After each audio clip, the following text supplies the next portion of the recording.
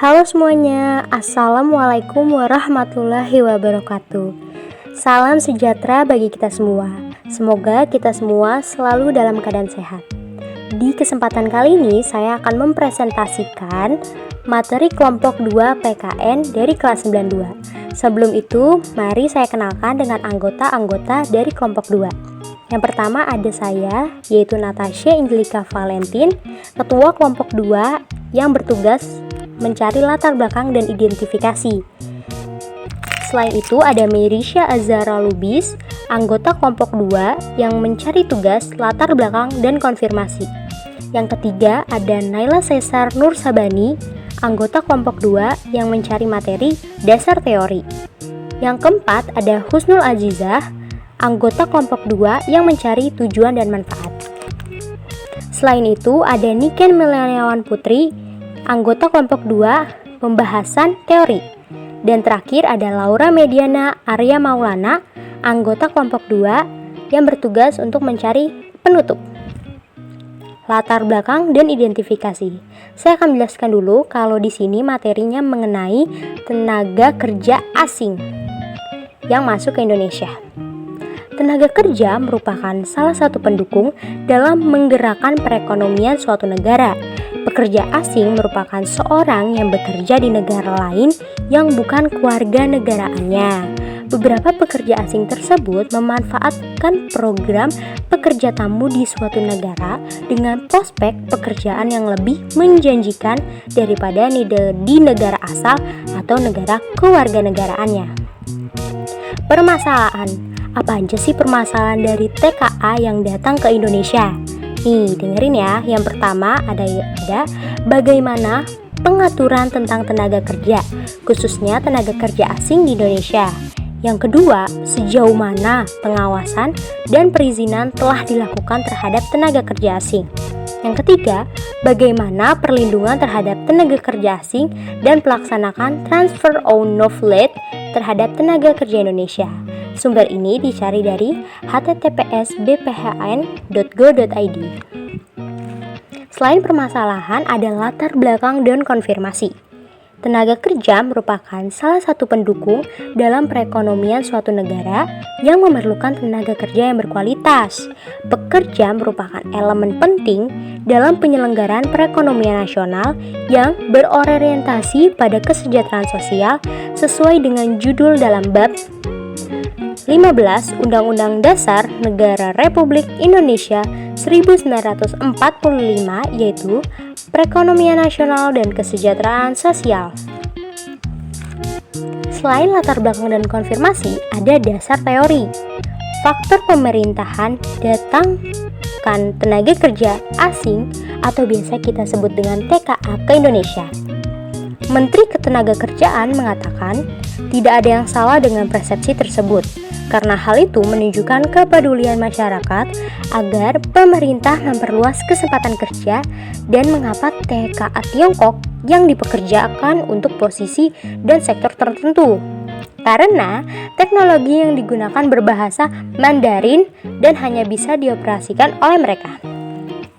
Keberadaan TKA di Indonesia hanyalah 4% dari total pekerja lokal dan keberadaan mereka di Indonesia dibatasi oleh waktu maksimal selama 1 tahun. Selain itu, para TKA ini juga tidak dapat menempati posisi dan sektor tertentu. Nah, di sini ada pembahasan teori. Sebagian besar tenaga kerja asing diperlukan dalam rangka investasi, penanaman modal asing untuk menunjang kerja serta percepatan pembangunan infrastruktur nasional. TKA masih berada di wilayah Indonesia. Perusahaan pemberi kerja atau yang mempekerjakan TKA dapat mengajukan permohonan penggunaan TKA sesuai perundang-undangan. Berdasarkan data Kementerian Ketenagakerjaan, ada sekitar 138.22 TKA yang bekerja di Indonesia sepanjang 2020. Nah, kalian bisa lihat jumlah angkatan kerja di Indonesia. Dari bulan Agustus 2018 menurun, naik lagi pada bulan Februari 2019 dan kembali menurun pada bulan Agustus 2019 meningkat lagi pada Februari 2020 dan sedikit meningkat pada Agustus 2020. Selain itu, TKA juga memiliki manfaat. A. Untuk meneliti. Apa sih manfaat untuk peneliti? Dapat memberitahu kepada pembaca dan juga sebagai jawaban dari masalah yang dipermasalahkan, juga agar luas ilmu pengetahuan bagi peneliti atau pembuat. Nah, jadinya untuk peneliti atau pembuat materi TKA akan lebih luas pengetahuannya. Nah, manfaat untuk pembacanya yaitu dapat menambah pengetahuan dan juga memahami dengan baik dan benar mengenai tenaga kerja asing atau yang kita sebut dengan TKA. Tujuan.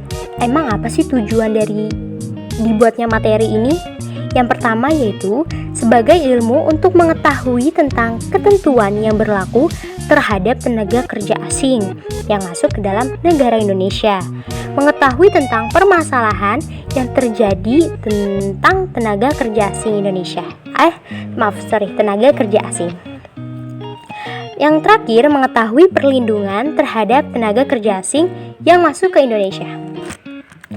Nah, di sini kita udah sampai di penutup. Tidak terasa ya. Jadi saya bisa menyimpulkan yaitu penggunaan tenaga kerja asing oleh perseroan terbatas.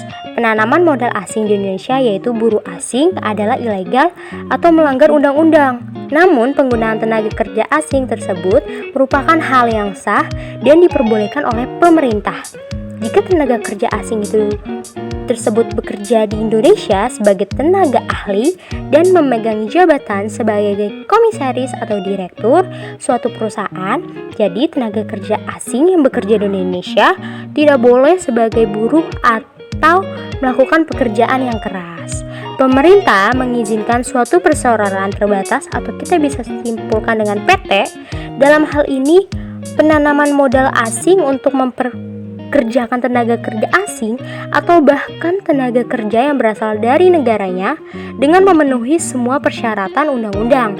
Penggunaan tenaga kerja asing tersebut jika dimanfaatkan dengan baik dan optimal akan mendapatkan keuntungan bagi perekonomian Indonesia. Keuntungan yang didapatkan juga berdampak terhadap peningkatan kualitas oleh perseroan terbatas. Penanaman modal asing atau biasa disingkat dengan PT PMA yang berinvestasi di Indonesia harus dilakukan menurut aturan yang ditetapkan oleh pemerintah Republik Indonesia.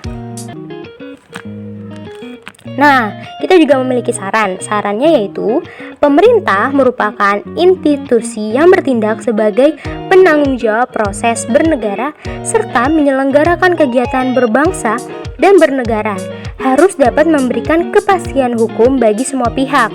Kepastian hukum dalam bidang ketenagakerjaan pemerintah harus meningkatkan fungsi pengawasan terhadap penggunaan tenaga kerja asing agar yang dilakukan sesuai aturan yang sudah ditetapkan dan tidak lagi terjadi pelanggaran di kemudian hari. Sekian materi kelompok 2 PKN dari kelas 92. Bila ada salah kata mohon dimaafkan. Semoga dari melihat materi ini kalian bisa menambah wawasan lebih luas lagi. Terima kasih. Wassalamualaikum warahmatullahi wabarakatuh.